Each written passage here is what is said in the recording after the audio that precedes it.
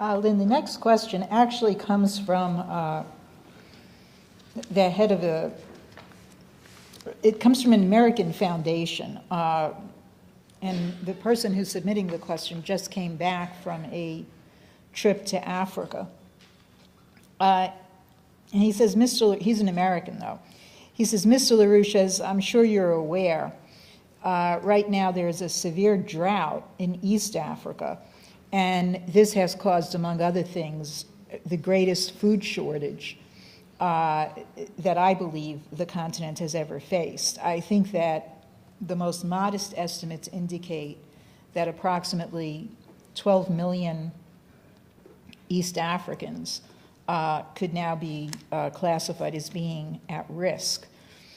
I do appreciate and I agree with your call for the imposition of food price controls and for the end of the current use of food for fuel, which over the course of the last 5 years has eaten up about 40% of the U.S. corn crop. Obviously, this poses an even more critical question now as the U.S. itself has been hit with aberrant weather, and the size of the crops are themselves in doubt.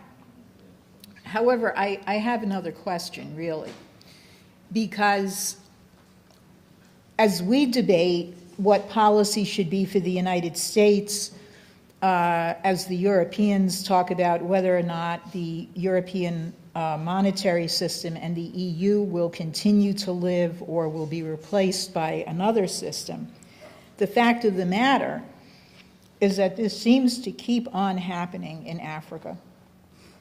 And what some would argue is that there's just absolutely nothing you could do about these kinds of things.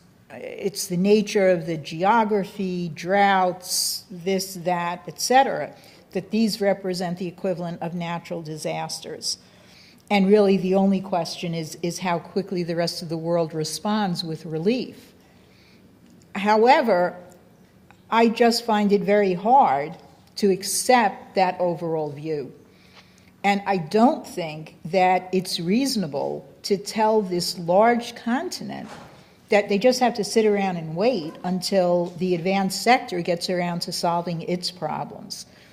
I think that my question really goes to the heart of some of what you had discussed last year regarding NWAPA and other such great projects. But I think to simplify things, I would just ask you, do you think that these kinds of catastrophes are simply natural disasters that we have to put up with, or things that we can change in shaping the general terrain of this planet that we inhabit? I got you. I think you missed the point. Your argument is irrelevant to the point. The point is we're dealing with genocide on a global scale, as I addressed this earlier this evening. And don't play with it. Don't do goody-goody shoes. It's nonsense. Don't do this. We have a policy of genocide against Africa, which is not something that came recently. It's been going on for a very long time. And the policy of genocide is now going on in Europe. The policy of genocide has now come to the United States, and you're going to see your food supply next January and February. So let's not talk around the issue. Let's not talk about petty little things. I got a little suggestion to fix something. Crap. Forget it. You're changing the subject from the real subject to a subject that's absolutely irrelevant. The problem is there, no question about it. Anybody can comment on it if they want to.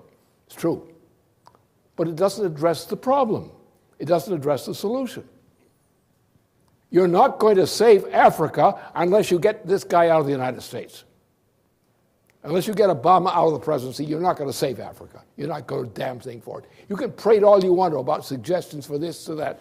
It's not going to happen.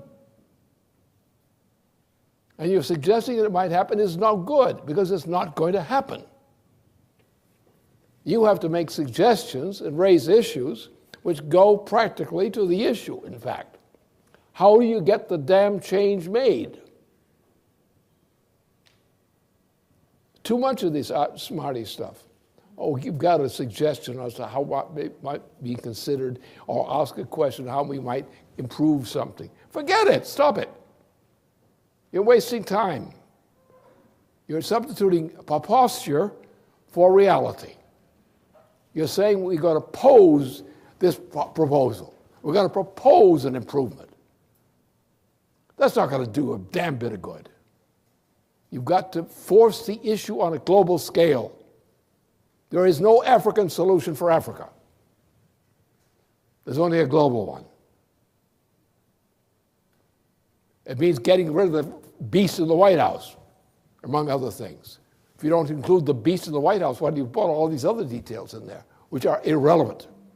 It's the beast in the White House that's the main problem, or the beast or the bitch in the Buckingham Palace.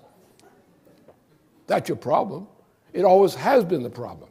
Africa's been subjected to generations of genocide. It's a target of genocide. You want to come along with some suggestion? You want to duck the issues? You want to raise the issues that are important, that decide the question? We shouldn't masturbate with history. That's what it amounts to. Coming up with cute suggestions, cute questions. Cut it out. It's childish. You want to do something, don't worry about Africa. Get your nose out of Africa. Stick it right up in the United States and Britain. Because that's where you'll do some good.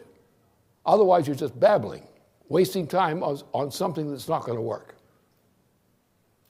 That kills us. That's the kind of thing I was addressing from the beginning of the remarks tonight. Stop it. Stop this nonsense. Stop playing games. Stop trying to make yourself look pretty instead of doing what has to be done. You have to get rid of this president.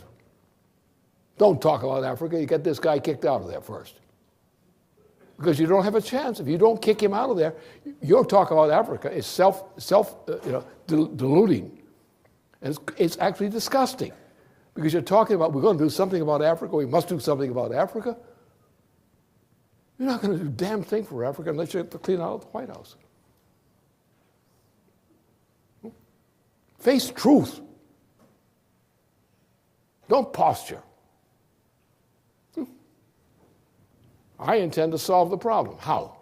Get the bum out of the White House. That's the first step. If you're not going first to the question of the White House, you're kidding yourself.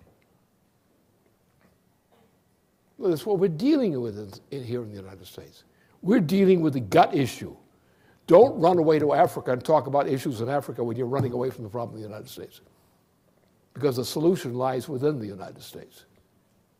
And Africans are dying of mad plenty. No scheme proposed by anybody for Africa is going to be a damn bit of good unless it's premised on getting this bum out of the White House and the other bum, the bitch of London, out of the Buckingham Palace. That's the way to look at this thing. We have the concept of what to do. I know what to do. I don't have to be told to know what to do.